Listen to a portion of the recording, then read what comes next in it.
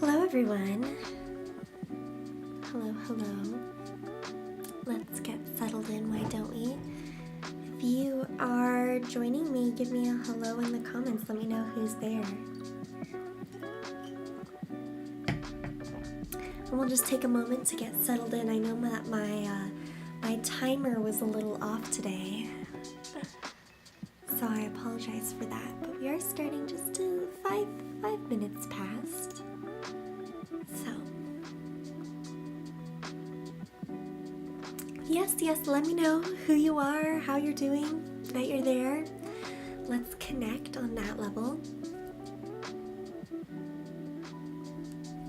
And we'll just get a minute while people start hopping on. I'm really excited to be chatting about this today. Let me know too how the sound is, how the music is.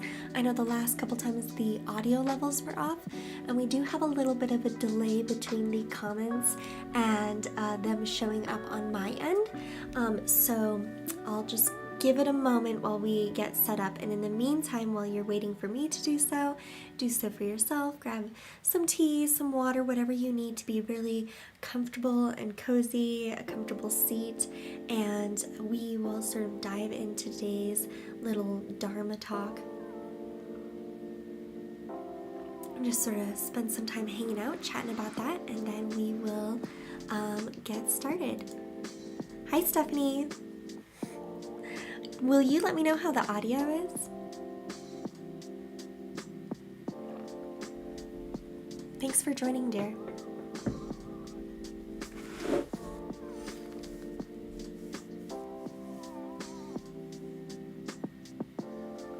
Wonderful, wonderful. Well, glad to see both of you, Stephanie, and your daughter. Thanks for being here. Everything sounds good? Awesome. Okay, great. Well, then we will start to dive in and see if any more people starts to join us. But today we're talking about something that I've been wanting to talk about for a really long time, because I think that it's pretty prevalent within the spiritual and self-care industries. So there's a little bit of a catch-22 that we're going to talk about within these industries. And when you start your spiritual or self-improvement journey, I think it's really good to be consciously aware of this so that you can approach your practice from a place of more love and compassion. Okay? So that catch-22 is treating your spiritual or self-care journey. And before I dive too deep into everything, I do want to say that I tend to think of these things a little synonymously. Your self-care is spiritual. I think your life is sort of spiritual, and I don't mean that in a sort of ethereal way, but rather that, your life has certain lessons. So the catch-22 that I'm referring to is going into these practices in a way that you are treating them like they are meant to fix you or your life.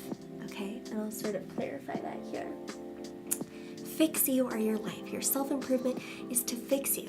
That's why I much prefer something called a self-help industry rather than a self-improvement industry, right? Because this idea of fixing yourself can look like treating your practice. So your practice can be meditation, it can be self-care, whatever it is. It can look like treating it like another thing on your to-do list. It's just something that I have to get done.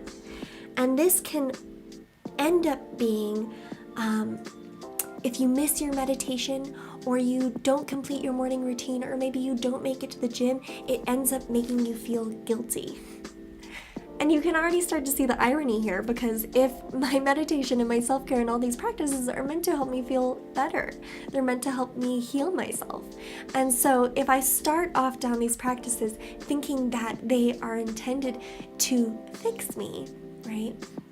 And I put that sort of stress and pressure on myself, it has the opposite effect, where now I feel it has this sort of capitalistic energy to it.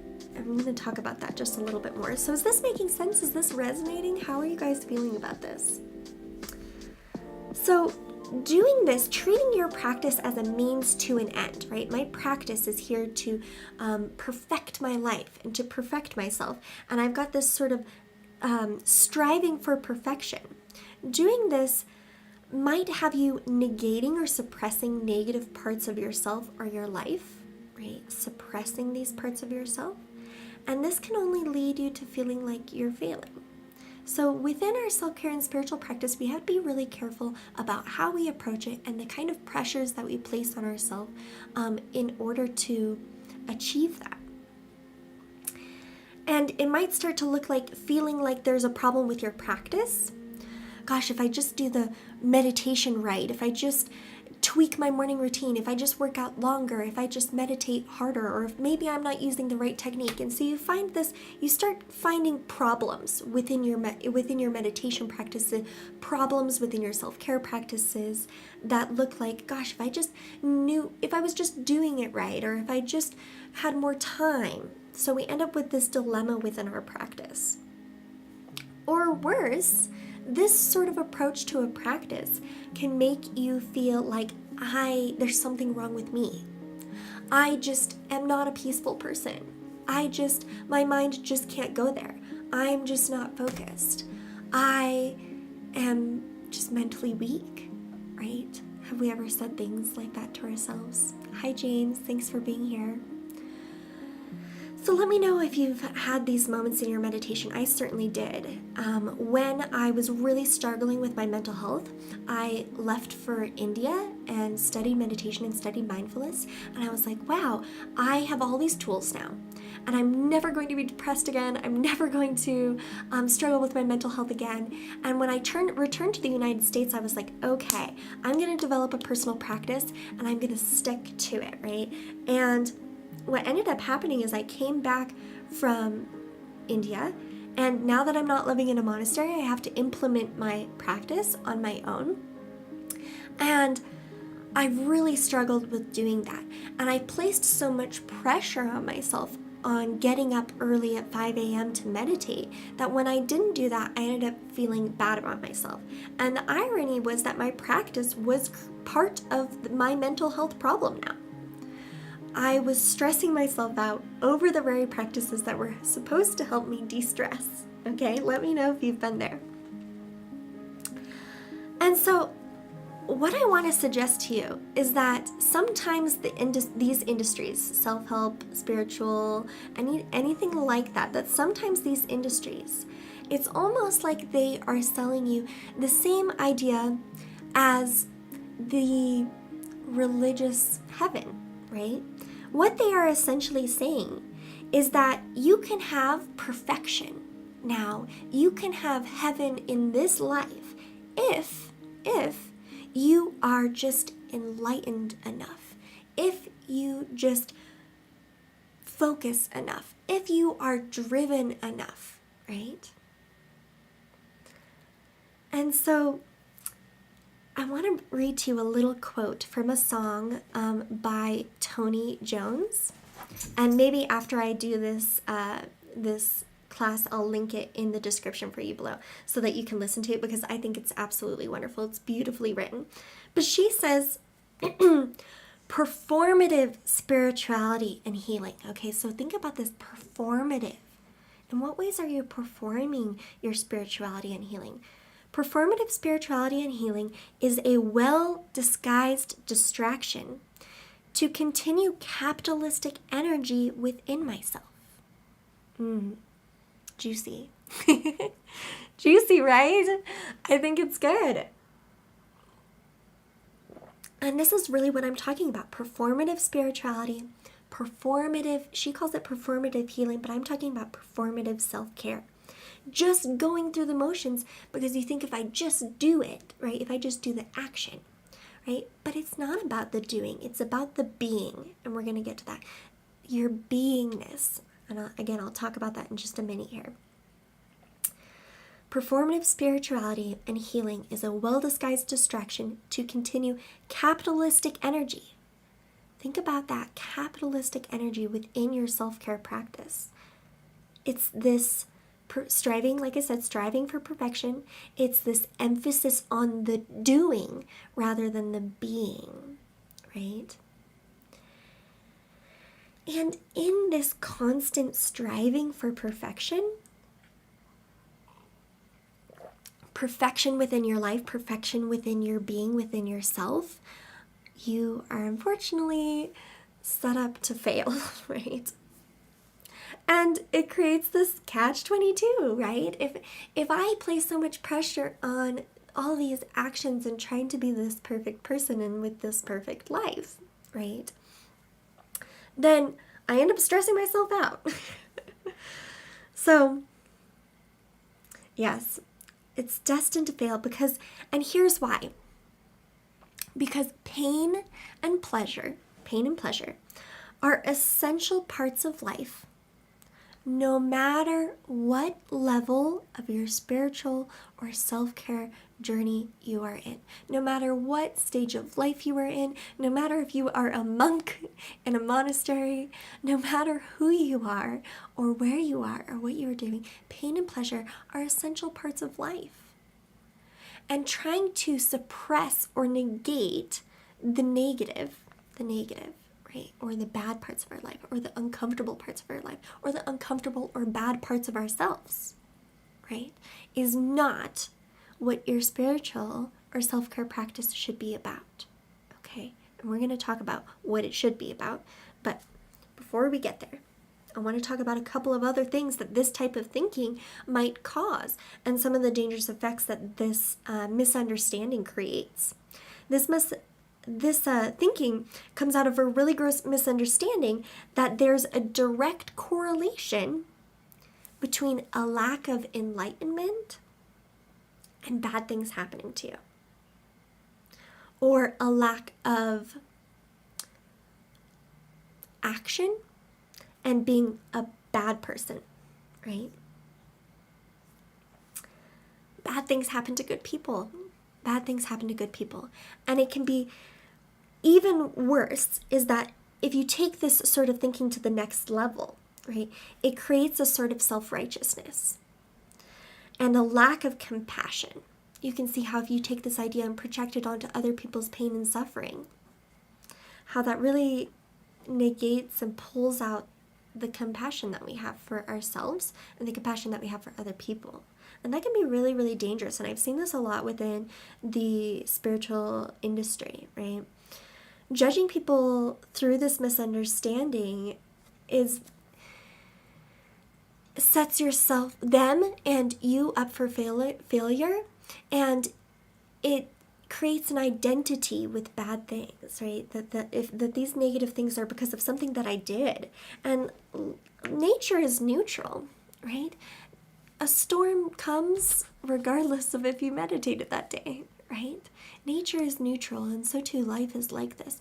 And to suppose that you have manifested negative things in your life because your chakras aren't aligned or because you aren't woke or enlightened, I think is very, very dangerous thinking.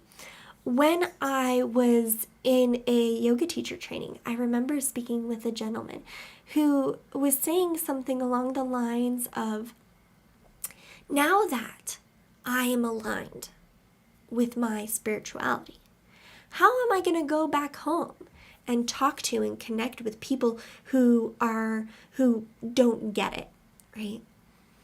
And this breaks my heart that people tend to and can get stuck in this way of thinking, because the reality is that meditation and spiritual practices should do two things for you: bring you awareness and connection. And with that lack of compassion, that lack of being able to connect to people or judging them through that lens, it does not create connection.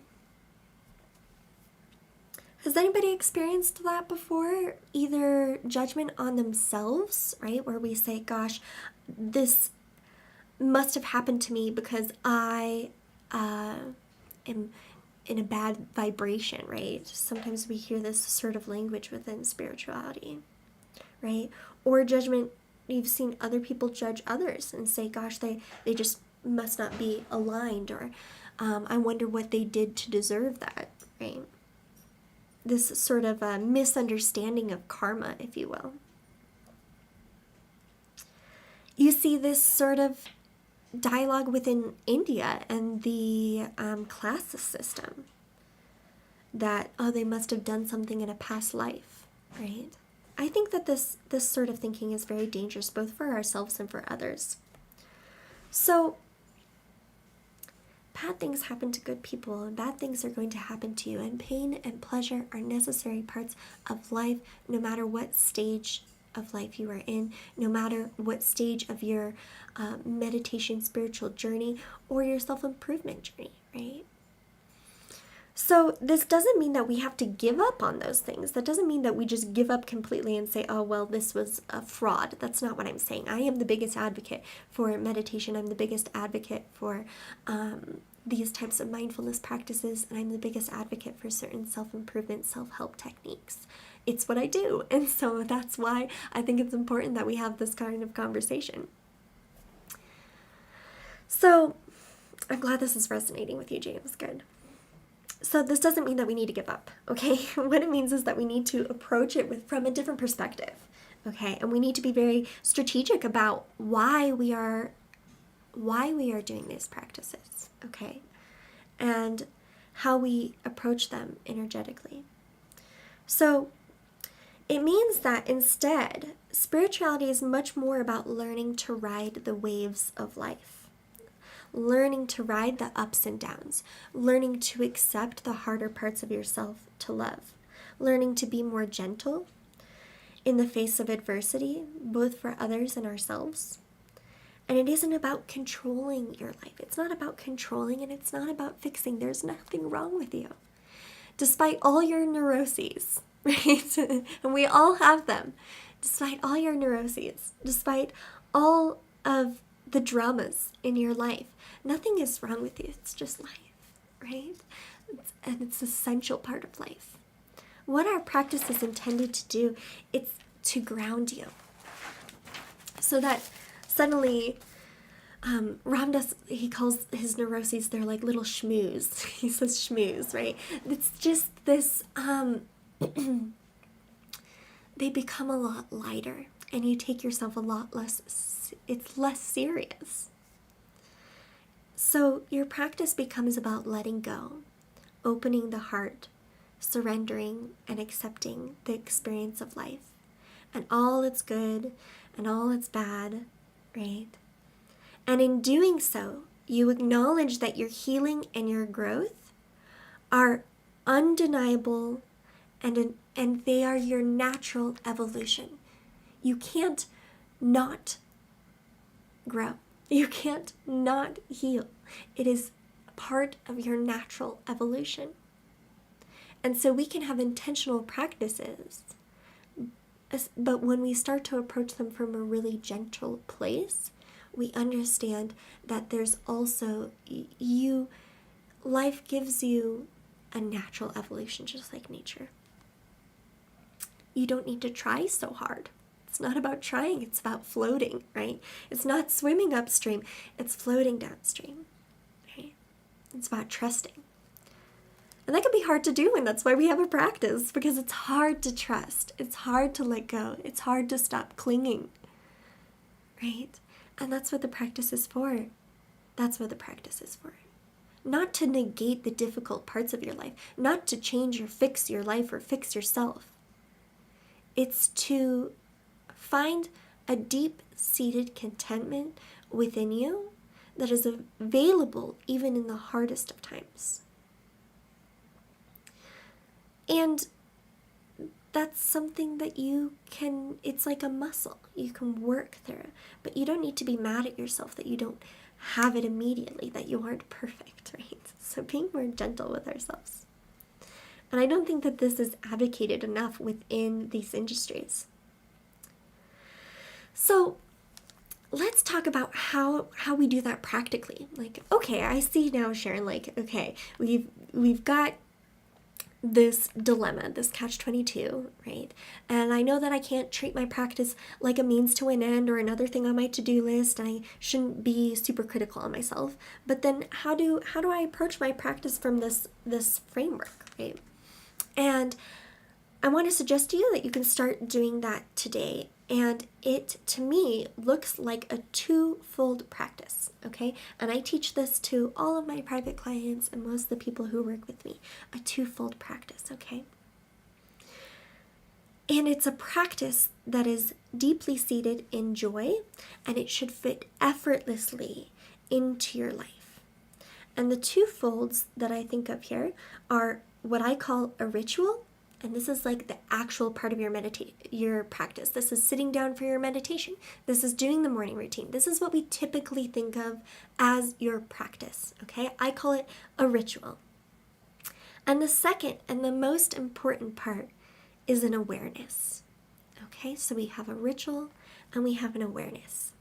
Okay, and I'm going to explain what those two things are for you, but let me read this quote from Ram Dass to you. So when he was asked if there's a benefit in creating a daily practice, he said this: well, I have two answers. The up-level answer is that it doesn't matter. The other answer, the one most of us want and need to hear, is yes. It is absolutely wonderful to have a daily practice because most of us are deeply in the world and we get lost very easily into the stuff of life.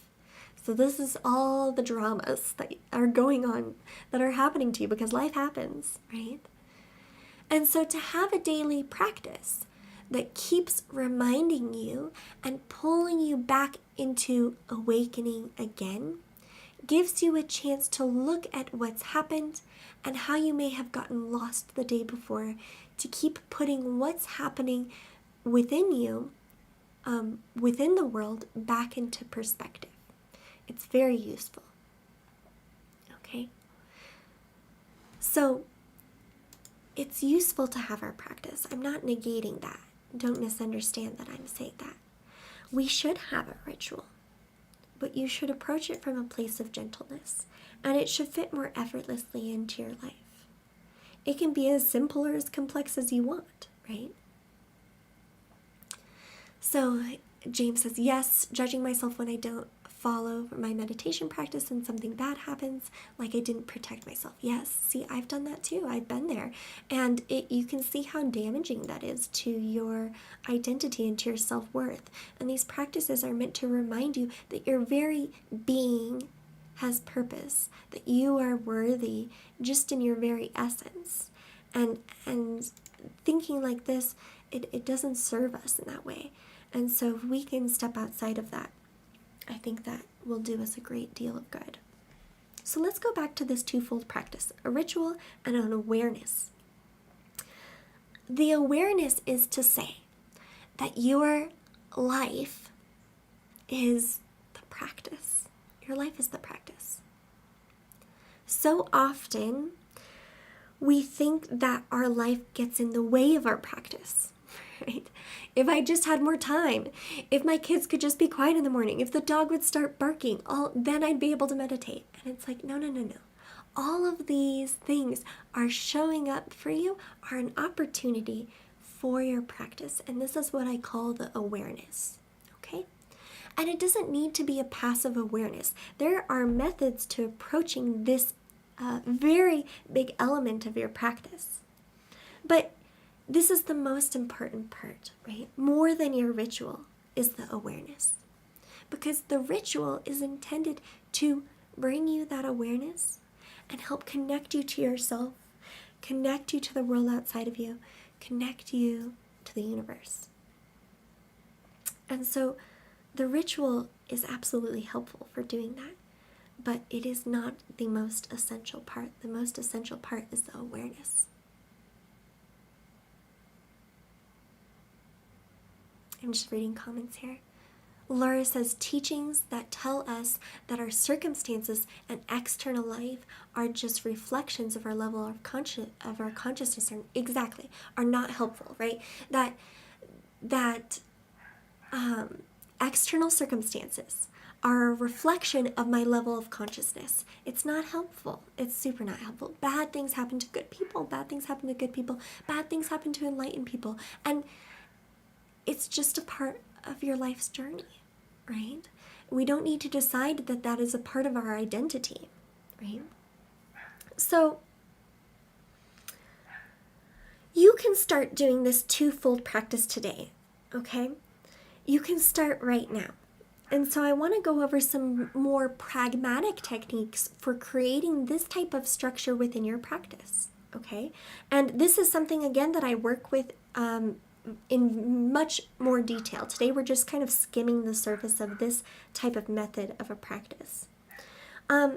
So your ritual, right, can be many things. So if you already have a meditation practice, then great, you know exactly what I'm talking about. If you already have a morning routine, then great, you know exactly what I'm talking about. It is the ritual part of your practice, okay? If you don't know what to do for this element of your practice, the ritual, then I would suggest going through the 7 days or 21 days of meditation, okay? And what that does is it gives you each day a different technique that you can turn into a ritual. And I have plenty of resources for really developing this aspect of your practice.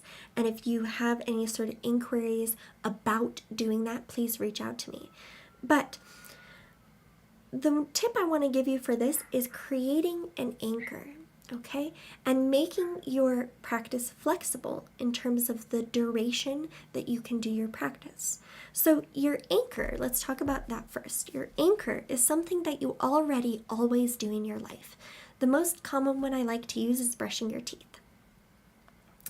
If you attach your ritual to a ritual that you already do habitually, it becomes much easier to put it into your life. And so let's say I brush my teeth, and then my ritual is to do a breathing meditation. So then let's say I set a 5-minute timer, I sit down in the toilet, right? And then I just do my 5-minute meditation, right? And it doesn't have to be that, but you can see how you can fit your ritual into your life effortlessly. It doesn't need to be this big hurrah. You aren't a monk. You live in the Western world. You have probably have a demanding job, right? There are so many things that make us feel like these external circumstances won't allow us to have this time for ourselves, to have these moments. But it can be simple as just one little moment. It can be as simple as after I brush my teeth, and this is what I often recommend to people, is just scanning your environment, checking in with your body, checking in with your emotions, checking in with your thoughts. Take a deep breath. Move on with your day. So allow yourself to be creative here. Instead of getting frustrated and judgmental with yourself, get experimental and curious. What can I do to create this sort of foundation within my practice? And that's what your ritual is. It creates a sort of grounded foundation. Okay? And then for your awareness, okay, I want you to practice simply listening to your thoughts the same way that you might within a meditation. Right? Sometimes we sit down to meditate, we close our eyes, and I just listen to this internal dialogue, this constant dialogue, right? Until it starts to sort of simmer down. Okay? So that's sort of stepping behind your thoughts and witnessing your thoughts is the kind of awareness we're trying to cultivate with these practices. A deeper awareness of my being, right? And so what I want you to try this week is to integrate a ritual that is simple. Don't make it big, complex. It should still feel good. Something that feels good and lighthearted. It doesn't need to feel so heavy. It doesn't need to feel so serious, right?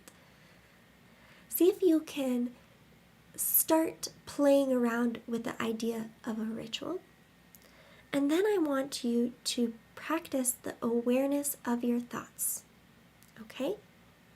An awareness. I'm just noticing the dialogue in my head throughout the day. See if you can come back to that.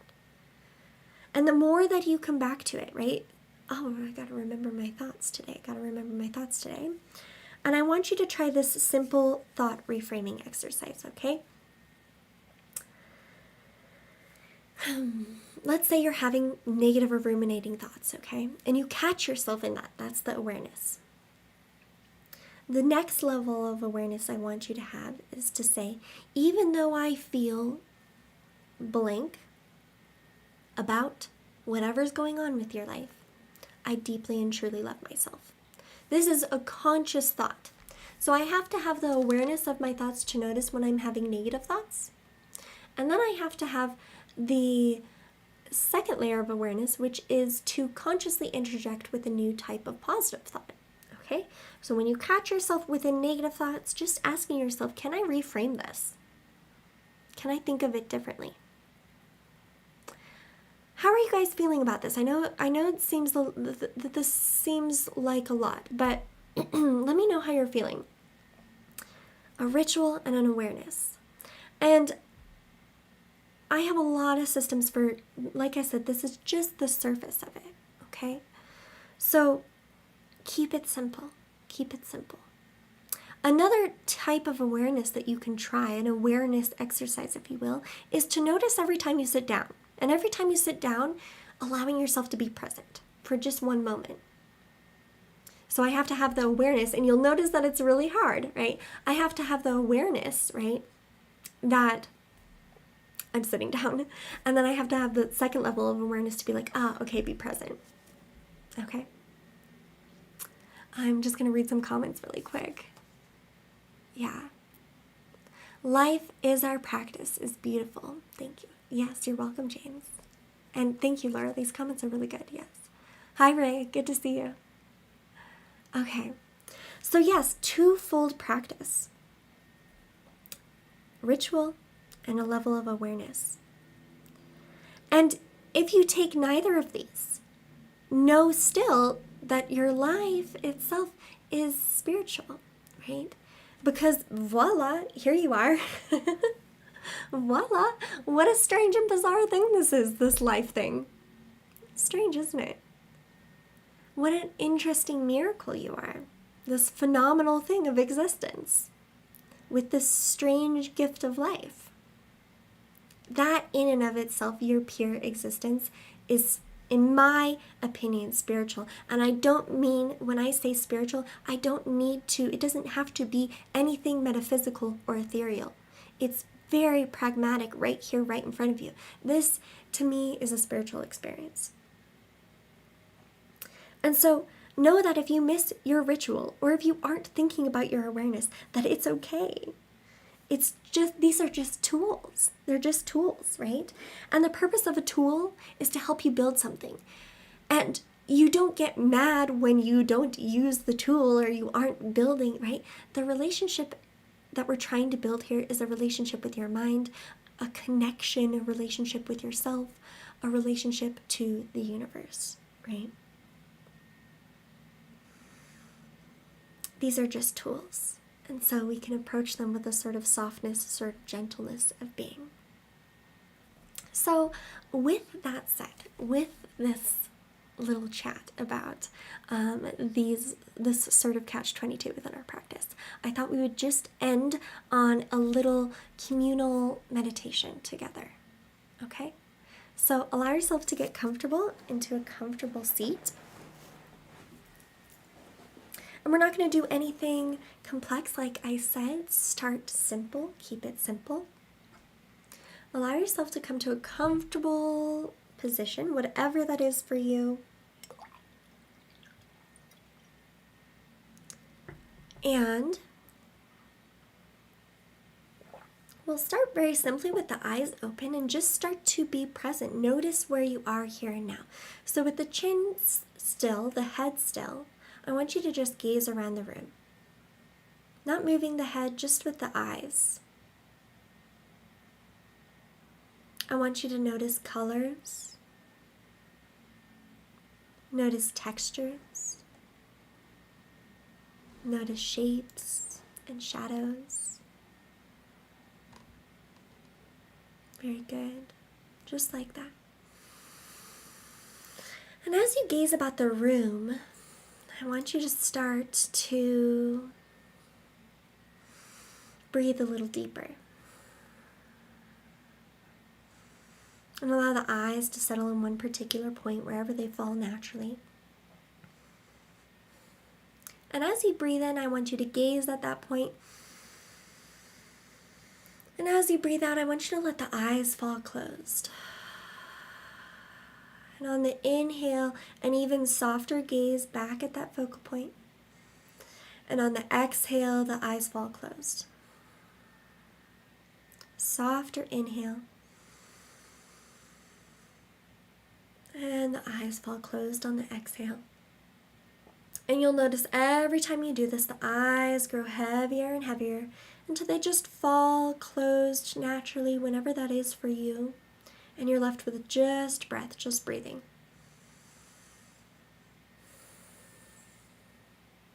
And start to notice the breath in the body.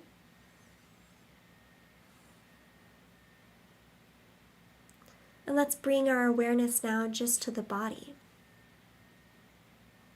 We're not judging, we're not trying to change, not suppressing, just practicing becoming aware of the body. See if you can feel your body as a whole, entire body.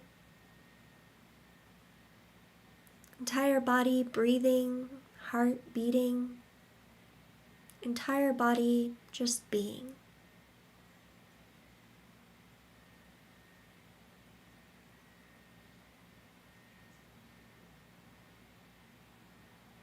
And as you sort of scan your body, notice if you feel any particular emotions within the body. You don't have to label them, you don't even have to identify them. Just notice any sort of emotional energy within the body and notice where you feel that both physically and maybe even mentally. Just checking in with your emotions today.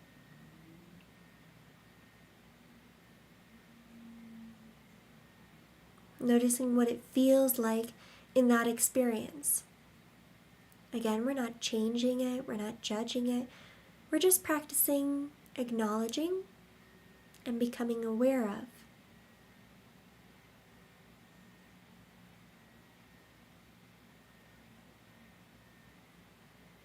And now let's take a moment to notice the quality of the mind. Take a moment to just listen to your thoughts. Perhaps the mind is quiet. Perhaps the mind is loud. We'll just take this moment of silence to really listen.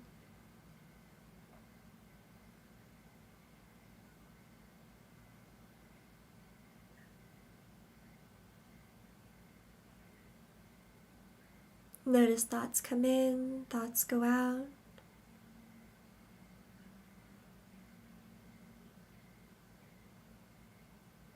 Just notice.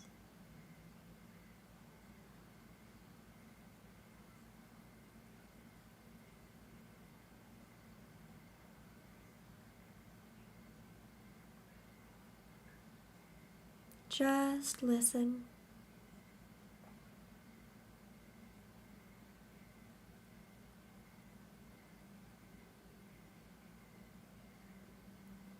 And not now, but in a moment, I'll begin to count backwards from 5.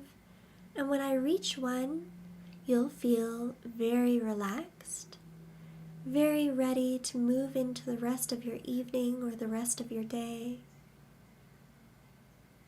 You'll feel